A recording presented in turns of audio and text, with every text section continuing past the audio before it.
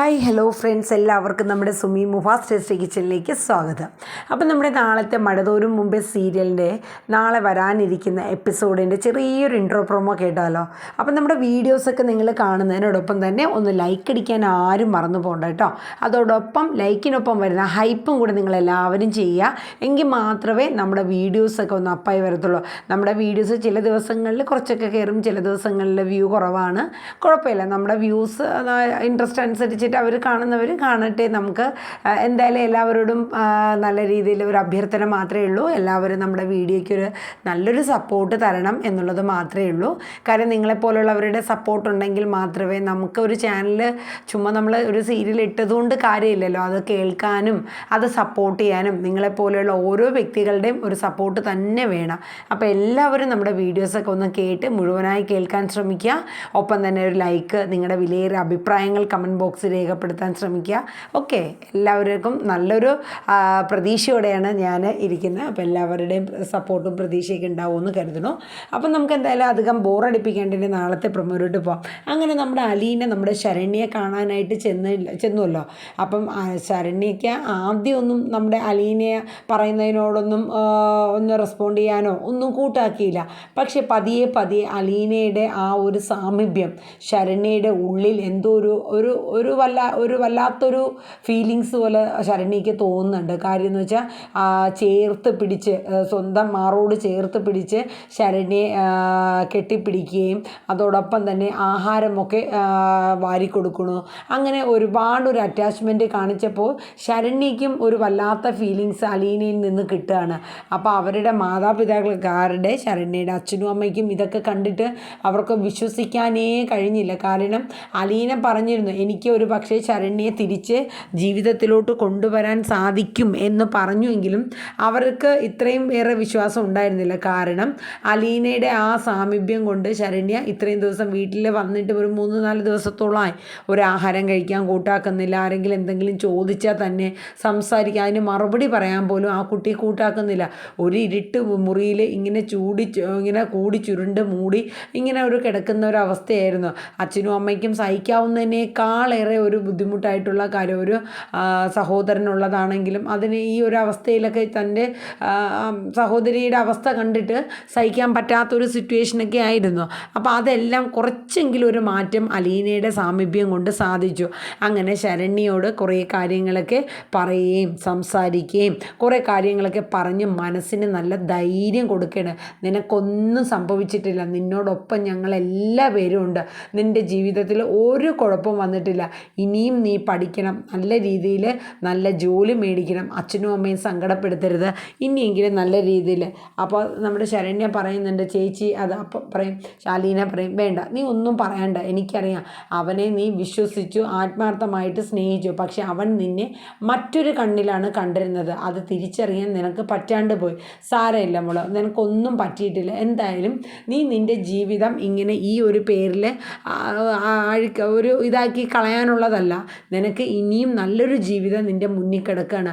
പഠിക്കണം, നല്ല നിലയിലെത്തണം, നല്ലൊരു ഭാവി നിനക്ക് ഇനിയുണ്ട്, അത് നിന്നെ കൊണ്ടേ കഴിയത്തുള്ളൂ. അതോടൊപ്പം തന്നെ ഇനി നിൻ്റെ അച്ഛനും അമ്മയും വേദനിപ്പിക്കരുത്. അവർക്ക് സഹിക്കാൻ പറ്റുന്നതിനേലപ്പുറം ഉള്ള ഒരു വേദനയാണ് ഇപ്പോൾ സംഭവിച്ചത്. ഇനിയെങ്കിലും നീ കാരണം അവർക്കൊരു വിഷമം വരരുത്. അതുകൊണ്ട് നീ കുറേശ്ശെയായിട്ടാണെങ്കിലും ഓരോ കാര്യങ്ങളും മറന്ന് ജീവിതത്തിലേക്ക് കടന്ന് തിരിച്ചു വരണം എന്നൊക്കെ പറയുമ്പോൾ ശരണ്യെ കുറച്ചൊക്കെ ഉൾക്കൊള്ളാനുള്ളൊരു മനസ്സും ആ ഒരു മൈൻഡൊക്കെ കാണിക്കുന്നുണ്ട് കേട്ടോ. അങ്ങനെ ശരണ്യ പതിയെ അലീനയുടെ ആ ഒരു സാമീപ്യം അല്ലെങ്കിൽ അലീനയുടെ പ്രസൻസ് ശരണ്യയ്ക്ക് ഒരുപാട് ഒരു സന്തോഷമൊക്കെ നൽകുന്നുണ്ട്. അപ്പോൾ ഇതൊക്കെ കണ്ടു നിന്ന് അച്ഛനും അമ്മയ്ക്കും, ശരണ്യയുടെ അച്ഛനും അമ്മയ്ക്കും ഭയങ്കര സന്തോഷമാണ്. അങ്ങനെ അലീന ശരണ്യയോട് യാത്ര പറഞ്ഞിട്ട് ഞാൻ വരാം, എന്നിട്ട് അലീനയുടെ നമ്പറൊക്കെ കൊടുക്കുന്നുണ്ട്. എന്താവശ്യം ഉണ്ടെങ്കിലും ഏത് സമയത്താണെങ്കിലും മോൾ എന്നെ വിളിക്കണം എന്നൊക്കെ പറയുകയാണ്. ഞാൻ പോയിട്ട് ഞാൻ ഇനിയും വരും, ഞാൻ എപ്പോൾ കാണണമെങ്കിലും മോൾ എന്നെ വിളിച്ചാൽ മതി എന്നൊക്കെ പറഞ്ഞ് അലീന പോവാണ്. പക്ഷെ അലീന പോകണമെന്ന് പറഞ്ഞപ്പോൾ ശരണ്യയ്ക്ക് ഒരു വല്ലാത്ത ബുദ്ധിമുട്ടായിരുന്നു പെട്ടെന്ന്. അങ്ങനെ പുറത്തോട്ട് ഇറങ്ങിയ അലീന ശരണ്യയുടെ അമ്മയെ വിളിച്ചിട്ട് പറഞ്ഞു, ആൻറ്റി അമ്മ അവളുടെ അടുത്ത് നിങ്ങൾ വേറെ സങ്കടപ്പെടുത്തുന്ന കാര്യങ്ങളൊന്നും പറയരുത്.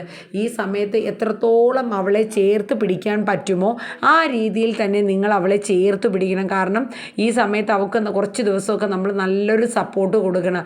അപ്പോൾ അവളുടെ അച്ഛൻ വന്നിട്ട് പറഞ്ഞു, മോളെ നിന്നെ കൊണ്ട് ഇത്രയെങ്കിലും സാധിക്കുമെന്ന് ഞങ്ങൾ ഒരിക്കലും കരുതിയില്ല.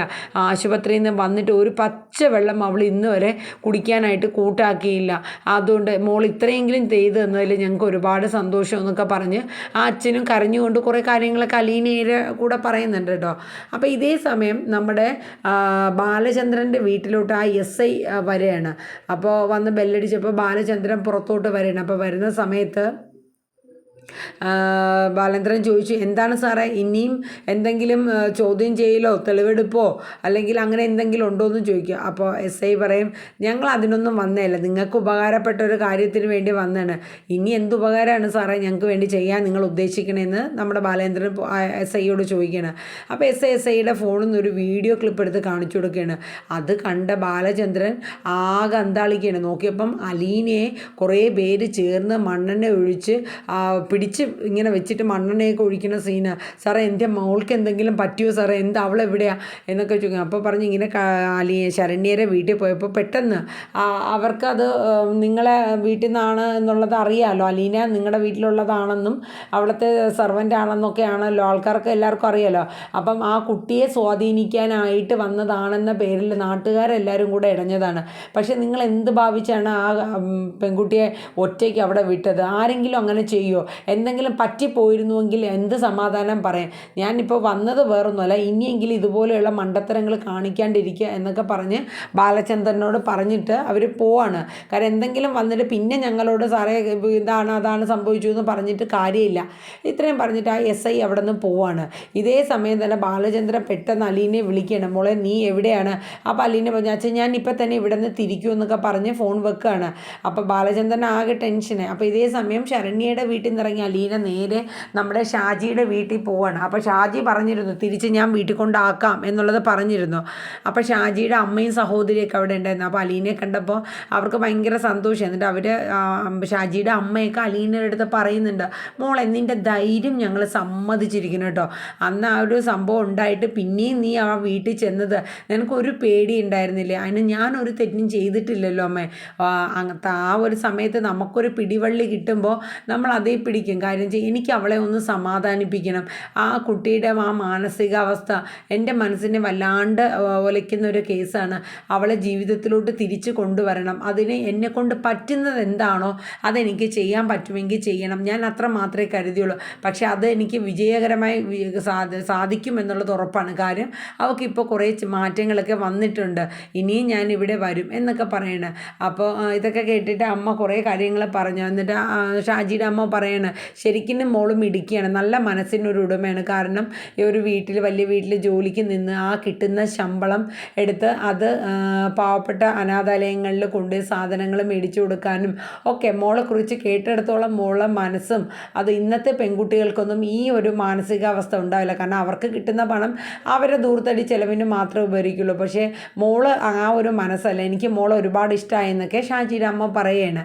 അങ്ങനെ അവരോട് യാത്രയൊക്കെ പറഞ്ഞിട്ട് ഇങ്ങനെ ഞാൻ പോവാണെന്ന് പറയുമ്പോൾ ഷാജി പറയും, ബാ ഞാൻ കൊണ്ടാക്കി തരാം. വേണ്ട ഷാജിയുടെ ഓട്ടം പൊക്കോളും, ഞാൻ പൊക്കോളാമെന്ന് പറയാം. അപ്പോൾ പറയും വേണ്ട എന്തായാലും വാ, ഇനിയിപ്പോൾ ഇവിടെ നിന്ന് പോയി ആ വീടെത്തണ വരെ വേറെ ബുദ്ധിമുട്ടും അപകടങ്ങളൊന്നും ഉണ്ടാകണ്ട എന്ന് കരുതി ഷാജി തന്നെ കൊണ്ടുപോയാണ്.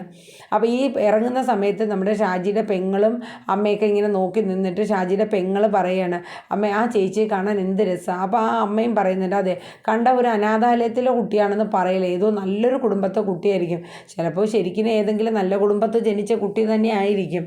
ആരെങ്കിലും വളർത്താൻ വയ്യാത്തത് കൊണ്ട് അതിനെ കൊണ്ട് അനാഥാലയത്തിൽ ഉപേക്ഷിച്ചതായിരിക്കും എന്നൊക്കെ ഇങ്ങനെ പറയുന്നുണ്ട്. ഇതേ സമയം അലീന വീട്ടിലെത്തി കഴിയുമ്പോൾ ബാലചന്ദ്രൻ ആകെ ടെൻഷൻ അടിക്കുകയാണ്. ഇതെന്തൊക്കെയാണ് മോളെ നീ ഈ കാണിക്കുന്നത്? നിനക്ക് എന്ത് പറ്റിയേ? നീ എന്തിനാണ് ഈ വാശി പിടിച്ച് ഇങ്ങനെ പോകാനായിട്ട് കൂട്ടാക്കിയെന്നൊക്കെ ചോദിക്കും. അപ്പോൾ അലീന പറയും, അച്ഛാ എനിക്ക് അവളെ തിരിച്ച് ജീവിതത്തിലോട്ട് കൊണ്ടുവന്നേ പറ്റൂ. എൻ്റെ അനുജൻ ഒരു തെറ്റ് ചെയ്തിട്ടുണ്ടെങ്കിൽ അത് ഒരു ചെറിയ രീതിയിലെങ്കിലും ഞാൻ ആ കുട്ടിയെ ഒന്ന് ജീവിതത്തിലോട്ട് കൈപിടിച്ച് ഞാൻ കൊണ്ടുവരണ്ടേ അച്ഛാ എന്നൊക്കെ പറയും. എന്നിട്ട് ഇനിയും ഞാൻ അച്ഛൻ എന്നെ തടസ്സപ്പെടുത്തരുത് എന്നൊക്കെ ഇങ്ങനെ അലീന ബാലചന്ദ്രനോട് ഇങ്ങനെ കേണപേക്ഷിച്ച് പറയുകയാണ്. ബാലചന്ദ്രനെ പറയാൻ ഒരു വാക്കുമില്ല. കാര്യം എന്ന് വെച്ചാൽ ഒരു പെൺകുട്ടിയല്ലേ, ആ കുട്ടിയെ അവളുടെ മനസ്സിൽ എപ്പോഴും മരിക്കുക എന്നുള്ള ചിന്ത മാത്രമേ ശരണ്യയുടെ മനസ്സിനുള്ളൂ. അപ്പോൾ അതൊക്കെ ഒന്ന് മാറ്റി റിക്കവർ ചെയ്ത് എടുത്ത് കൊണ്ടുവരാൻ അലീനയ്ക്ക് കഴിയും എന്നുള്ളൊരു വിശ്വാസമുണ്ട്. അത് ഞാൻ ചെയ്യും അച്ഛൻ, അതിന് തടസ്സം പറയില്ലെന്നും പറയാം. പക്ഷേ ഇത് കേട്ട ബാലചന്ദ്രന് അലീനയുടെ അടുത്ത് ഒന്നും പറയണം പിന്നെ ഒന്നും പറയാനുള്ളൊരു ഇത് കിട്ടിയില്ല.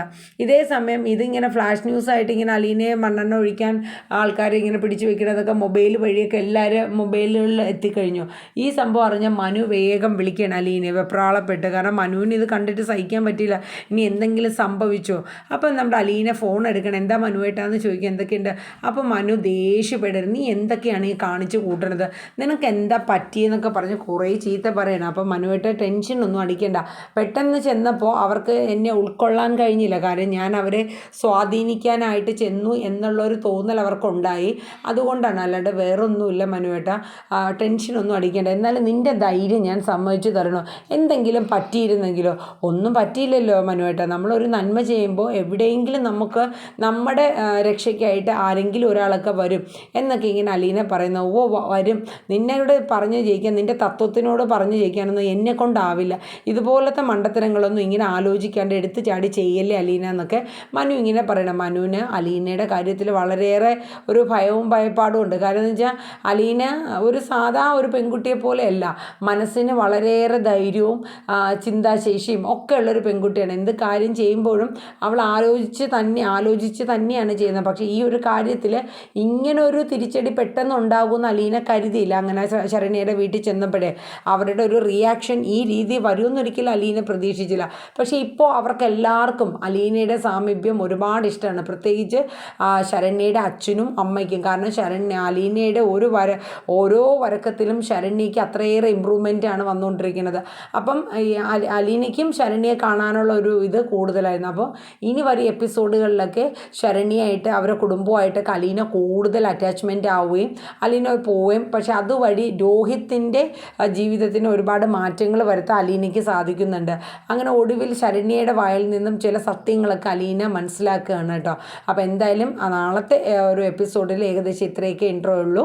അപ്പോൾ എല്ലാവരും നമ്മുടെ ഈ ഇൻട്രോ പ്രൊമോ കേട്ടു ഇഷ്ടപ്പെടുകയാണെങ്കിൽ എല്ലാവരും ഒന്ന് ലൈക്ക് അടിക്കുക, ഹൈപ്പ് ചെയ്യുക. അപ്പോൾ ഇനി വരുന്ന ഓരോ എപ്പിസോഡിൻ്റെയും പ്രൊമോ തലേ ദിവസം രാത്രി 9:30 തന്നെ ഞാൻ എൻ്റെ ചാനലിൽ അപ്ലോഡ് ചെയ്യുന്നതാണ്.